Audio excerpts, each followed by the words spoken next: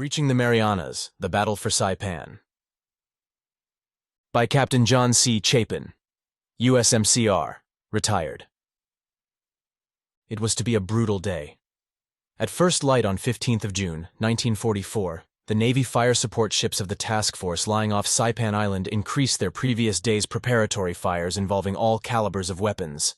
At 0542, Vice Admiral Richmond Kelly Turner ordered, "Land the landing force."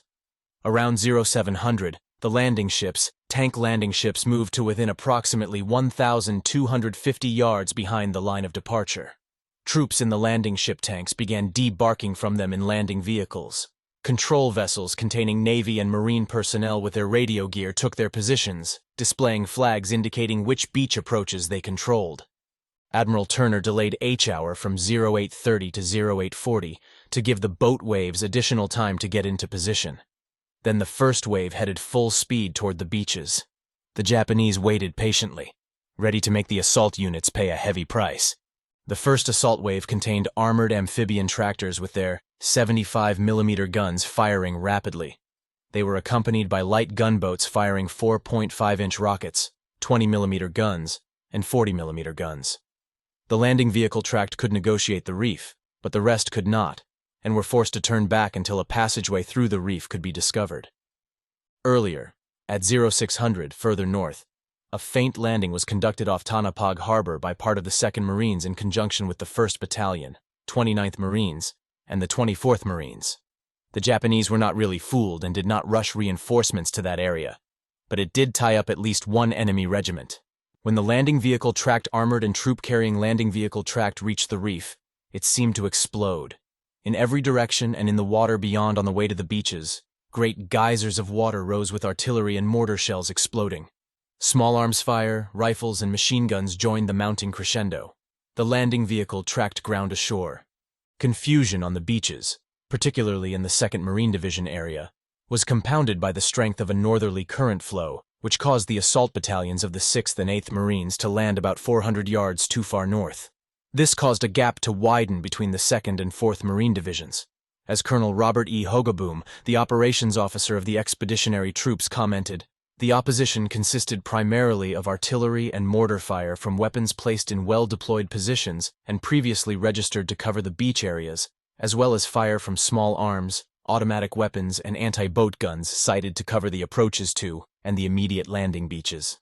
As a result, 5 of the 2nd Marine Division assault unit commanders were soon wounded in the 2 battalions of the 6th Marines, on the far left, and in the 2 battalions of the 8th Marines.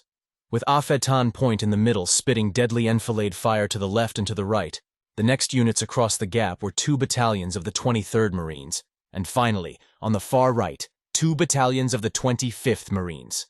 Although the original plan had been for the assault troops to ride their landing vehicle tract all the way to the 01 first objective line, the deluge of Japanese fire and natural obstacles prevented this.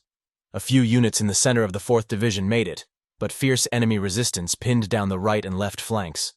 The 2 divisions were unable to make direct contact. A first lieutenant in the 3rd Battalion, 24th Marines, John C. Chapin, later remembered vividly the extraordinary scene on the beach when he came ashore on D-Day. All around us was the chaotic debris of bitter combat.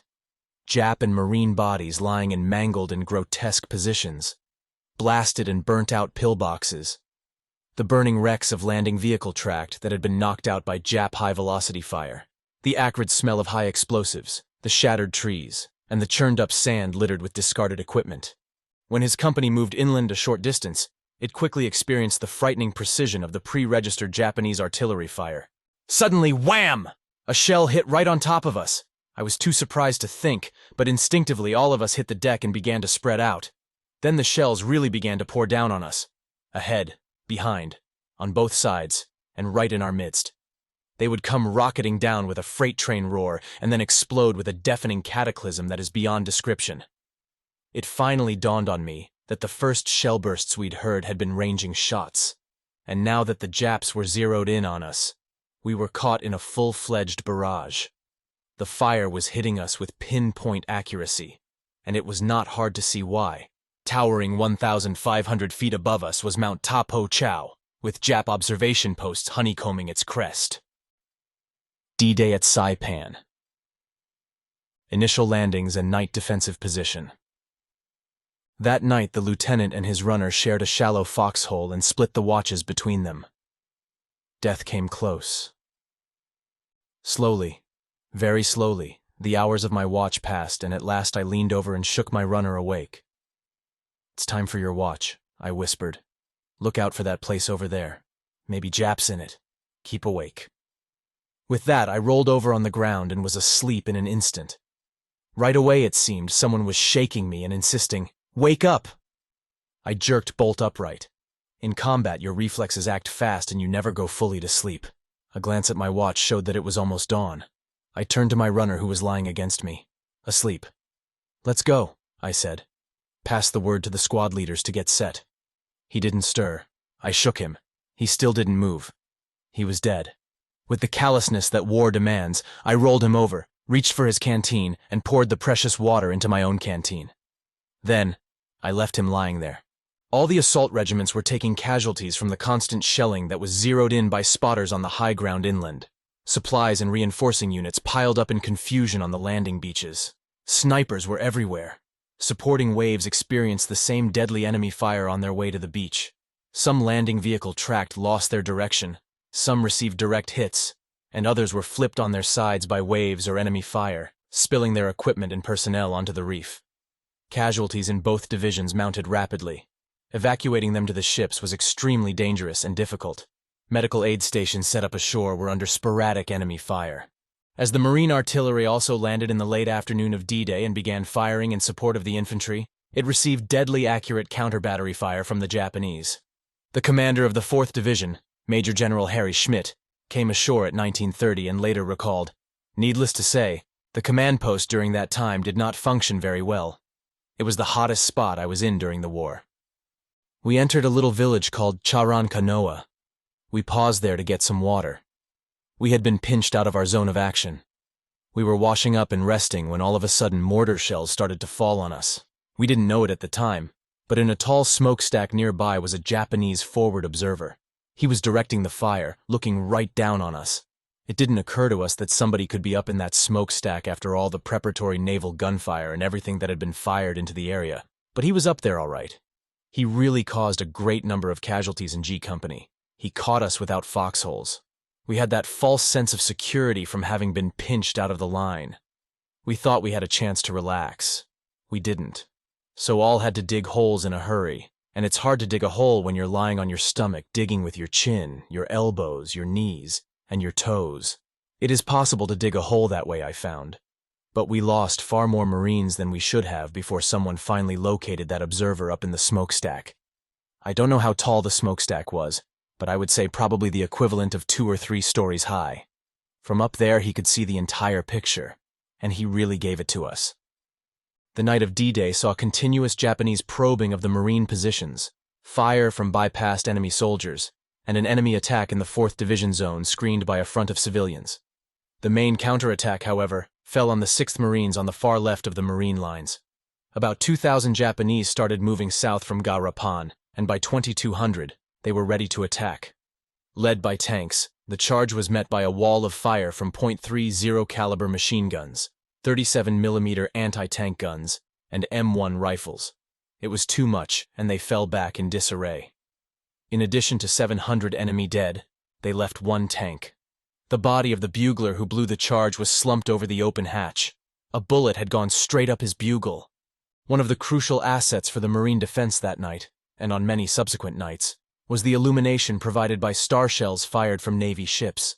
Japanese records recovered later from their 31st Army message file revealed, "As soon as the night attack units go forward, the enemy points out targets by using the large star shells which practically turn night into day. Thus the maneuvering of units is extremely difficult." As the weary Marines finally tried to get some sleep, all along their irregular line of foxholes, 2 things were very clear to them. They had forced a precarious beachhead in the teeth of bitter enemy fire, and a long, tough battle obviously lay ahead.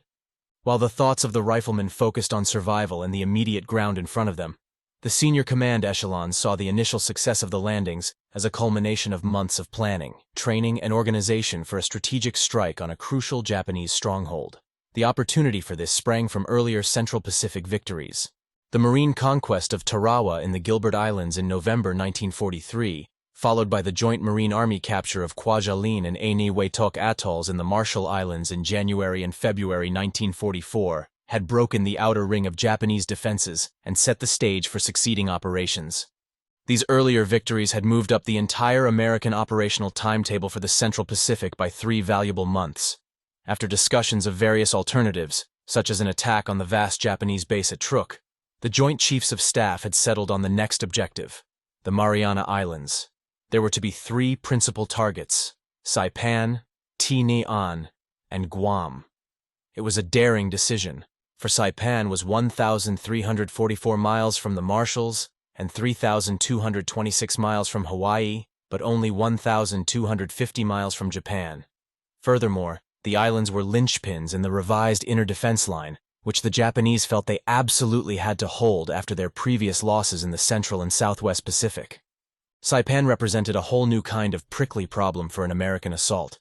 Instead of a small, flat coral islet in an atoll, it was a large island target of some 72 square miles, with terrain varying from flat cane fields to swamps to precipitous cliffs to the commanding 1,554-foot-high Mount Tapo Chau. Moreover, the Japanese considered it their own territory, in spite of the fact that it was legally only a mandate provided by the terms of the Versailles Treaty following World War I. The fact that Japan held the islands led it to install a policy of exclusion of all outsiders and the start of military construction, forbidden by the treaty, as early as 1934. Attacking a formidable objective such as Saipan called for complex planning and much greater force than had previously been needed in the Central Pacific. An elaborate organization was therefore assembled. Admiral Raymond A. Spruance was in overall command of the force detailed to invade the Marianas as well as the naval units needed to protect them. Admiral Turner was in command over the amphibious task force, while Marine Lieutenant General Holland M. Smith was to direct the landing forces on Saipan and then on the neighboring island of Tinian. A similar command structure, but with different combat units, was set up for the attack on Guam to the south. The operation plan for Saipan, codenamed Forager, called for an assault on the western side of the island, with the 2nd Marine Division on the left and the 4th Marine Division on the right. The Army's 27th Infantry Division was in reserve, ready to be fed into the battle if needed. While each of the 2 Marine divisions had previously fought as a complete unit, the 27th had experienced only 2 minor landings, at Makin and Eni-Waitok islets, for some of its regiments and battalions. The intensive training for these 3 divisions took place in the Hawaiian Islands, with Major General Harry Schmidt's 4th Marine Division on Maui, Major General Thomas E. Watson's 2nd Marine Division on the Big Island of Hawaii, and Army Major General Ralph C. Smith's 27th Infantry Division on Oahu. As Lieutenant Chapin described it, these months were busy, hard-working ones. The replacements that arrived to fill the gaps left by Namor's casualties in the Kwajalein battle had to be trained in all the complexities of field work. Most of these replacements were boys fresh from boot camp, and they were ignorant of everything but the barest essentials. Week after week was filled with long marches, field combat problems, live firing, obstacle courses, street fighting, judo, calisthenics, night and day attacks and defenses, etc. There were also lectures on the errors we'd made at Namor. Added emphasis was placed on attacking fortified positions. We worked with demolition charges of dynamite, TNT, and C2, plastic explosive, and with flamethrowers till everyone knew them forward and backward.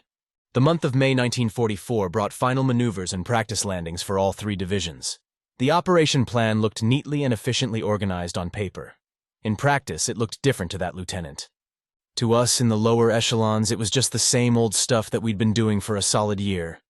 Filing up from compartments below decks to your assigned boat station, going over the side, hurrying down the net to beat the stopwatch, into the heaving landing craft vehicle personnel, and away.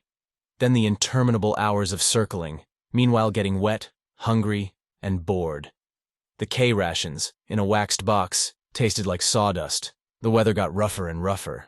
Some of the men got seasick, and all of us were soaking wet and cold. Finally, we headed back to our transport and clambered up the cargo net with a sigh of relief. The next day it was the same thing all over again, except that this time we went ashore. This, too, had an awfully familiar feeling, wading through the surf, getting your only pair of shoes and socks wringing wet, and then onto the beach where all the sand migrated inside your shoes. A series of conflicting and confusing orders flowed down through the chain of command.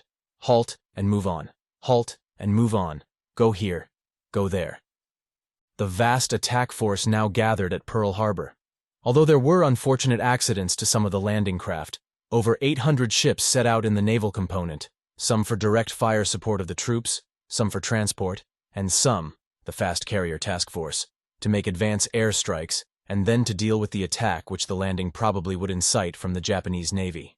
Holland Smith's 5th Amphibious Corps, totaling 71,034 Marine and Army troops, sailed with some slow elements starting on 25th May. The specialized craft for the ground forces ran the gamut of acronym varieties. After staging through the marshals, the Armada headed for the target, Saipan. At sea, the troops got their final briefings, maps of the island, based on recent American aerial and submarine photographs of a hitherto secret island, estimates of 15,000 enemy troops, which turned out in the end to be 30,000 under the command of Lieutenant General Yoshitsugu Saito and Vice Admiral Chiuchi Nagumo, and detailed attack plans for 2 Marine divisions. Simultaneously, the American fast carriers' planes began, on 11th of June, their softening up bombing, combined with attacks on Japanese land-based air. 2 days later, the main enemy fleet headed for the Marianas for a decisive battle. Then, on 14th of June, the old battleships of the U.S. Navy, reborn from the Pearl Harbor disaster, moved in close to Saipan to pound the Japanese defenses with their heavy guns. That night, underwater demolition teams made their dangerous swim in close to the assault beaches to check on reefs, channels, mines, and beach defenses. All was now in readiness for the landings.